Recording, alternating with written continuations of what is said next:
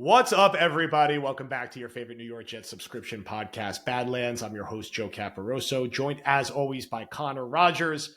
As I always say, it must be a day that ends in Y because we are recording an emergency podcast. The New York Jets have a new offensive coordinator officially. The Tan Man, Tanner Engstrand. I'm just going to keep calling him Tanner because I hate saying the last name. Connor will force me to be smarter and pronounce it better. Engstrand.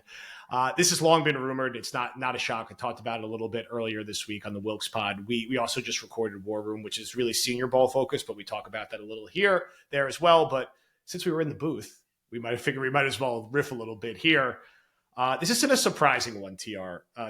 And I was saying that, 4 or 5 weeks ago, when it was being batted around that Glenn was likely to be the head coach, and we were looking up, and fans were looking up, who's likely to be his offensive coordinator. This was a really popular name that was assumed that could be the guy. And I was they probably won't get him because he could be the Lions offensive coordinator or he could follow Ben Johnson. He doesn't follow Ben Johnson, which to me makes sense because you wouldn't get to call plays. So if you want to be an offensive coordinator, why would you do that? I think where it could be a red flag, to be fair, is that Dan Campbell didn't pick him to be the offensive coordinator. He picked our old buddy, John Morton. Now, before I throw it to you, the other half of that case is that the Lions are a win-now team. He wanted a more experienced coach, a guy who's been an offensive coordinator before. He didn't want to entrust that to a first-time coordinator. What are your thoughts on the hire and the likely pros and cons that are going to be argued out of it? Well, such an interesting career, right? For Engstrand, who, classic grad assistant at San Diego. And then he was with that university for a long time. I mean, he was there from 2005 all the way to 2017. From 2011 to 2017, he was the offensive coordinator. And the 2017, they were 10-3. So this is like they were winning a lot of games. And then he ultimately takes an offensive analyst job at Michigan in 2018, ends up being an offensive coordinator very shortly in the XFL for the DC Defenders. That was 2020, so they had the COVID cancellation. And then he jumps on the Lions staff right from there as an offensive assistant, and then kind of worked his way up from there as tight ends coach, pass game coordinator, and then officially the pass game coordinator. So he's been with the Lions since 2020. He's been very involved in their offense since 2022. So that's when Ben Johnson, obviously, things really took off for Detroit. This is one of those hires where it's always tough to project because you don't know exactly how much they're responsible for, but I think where he's been and what he's seen is promising, on top of the fact that Aaron Glenn, I don't think is making it a secret.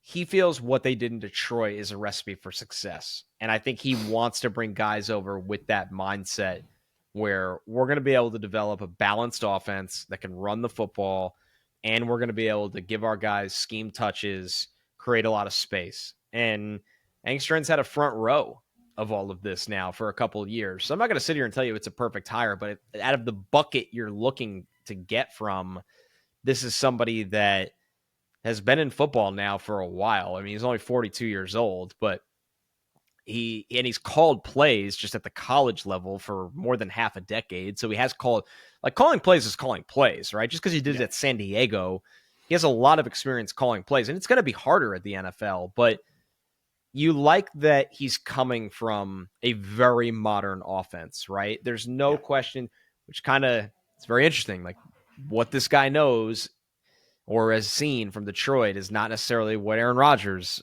has liked for a while now. So, which goes to show you, like, this is Glenn's show, and this is Glenn's way, and this is Glenn's connection. So I'd say the one thing I'd like them to add on top of this is a senior offensive assistant that can help game plan and kind of point out different things and different matchup ideas.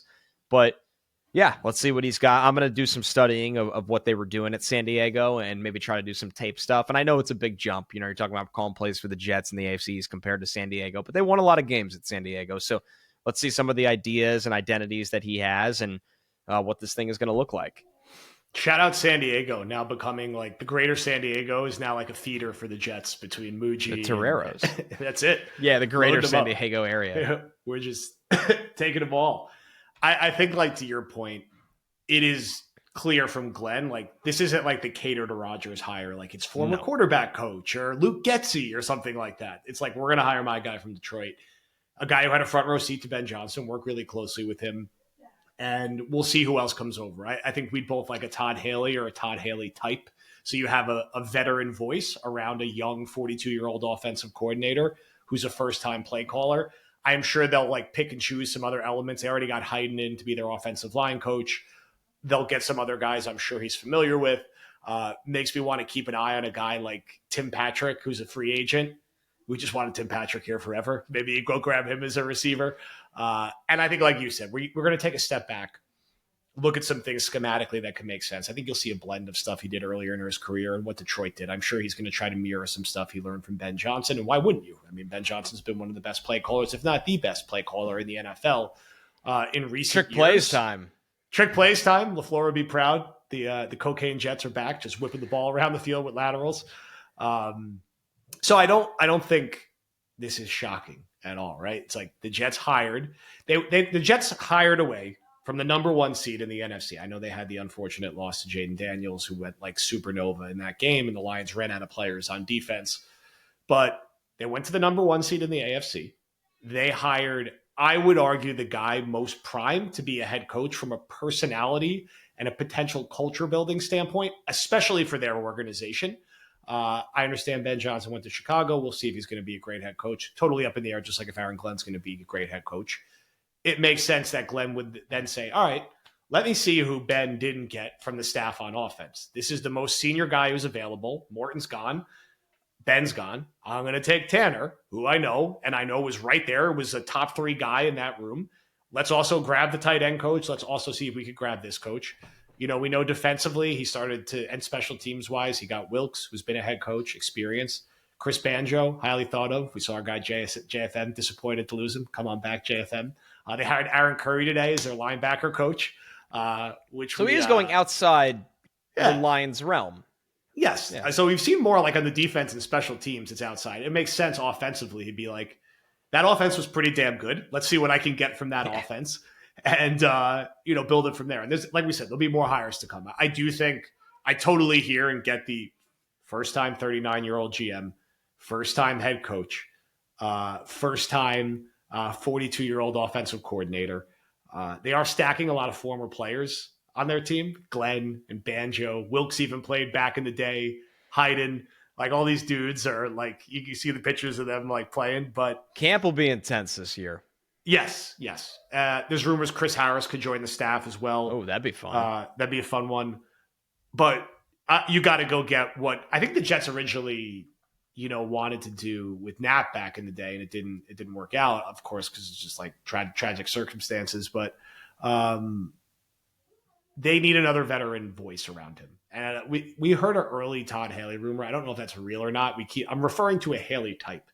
Go hire someone who's been a head coach or an offensive coordinator who you can bounce ideas off of, who's had some more years in the league, and make sure that voice is part of the overall staff. Any final thoughts, CR? The Jets, the broad strokes are there now, right? They're going to do a couple more positional hires. They'll do some more consultants and assistants, but bigger step back. How you feeling about the full picture at the moment?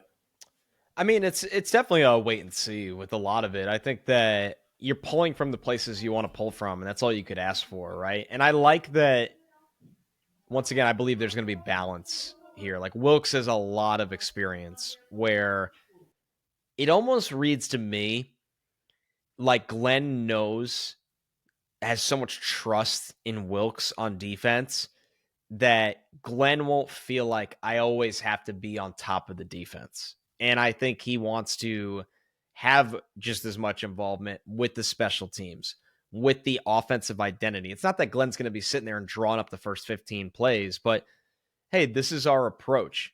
I watched their defense all week. This is how I'm telling you should approach the game. And these are the weak points you can attack within this defense. That matters a lot.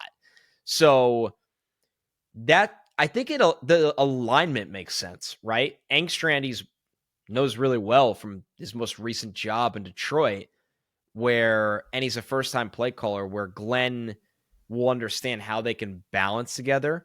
Yeah. Where Wilkes, it's like, man, it's Steve Wilkes. Like, he's going to do, he knows what he's doing. He's going to take care of business. I'm still going to be on everyone's ass on the defense, but I don't feel like I have to just put training wheels on everyone or hold their hand. I felt like that was a problem with Salah at times, where it was like he was just rightfully so, because that's where your pride is. But now it lets Glenn to actually kind of balance out being the entire coach of the team and maybe even dip his hand a little bit more in helping construct the offense or aiding the offense. And like you said, this isn't the last hire that'll matter for this team. So this is a step in the right direction, and let's see what these guys could do. Glenn, Muji, Banjo, Wilkes, Engstrand. You got your new sort of main five, and then we're seeing some of the other names start to, round into shape. Let's see if Harrison Haley join with Hayden and Curry and some of the other names that have been tacked onto this staff. So a very active few weeks for the Jets. Check back later tonight for our War Room, which again is going to cover Senior Bowl, where CR just got back from in the 6 hours he's home before he goes to New Orleans for the Super Bowl. And then check back tomorrow for a long one from Will and Dan that will also cover Senior Bowl, react to the staff. We'll also have our Discord show live tomorrow. Sunday, we'll have AM Coffee, badlandstoj.com for live show tickets. I'll be hopping on Jake Asman's show tomorrow as well to talk about that further. So we're busy. I think I might just sleep in this chair tonight, CR. You might as well just head to the airport at this point. Should have never left. Who knows what other news could happen between now and then? The New York Jets keeping I'm Badlands done. busy. Thank you, everyone, and we will talk to you soon.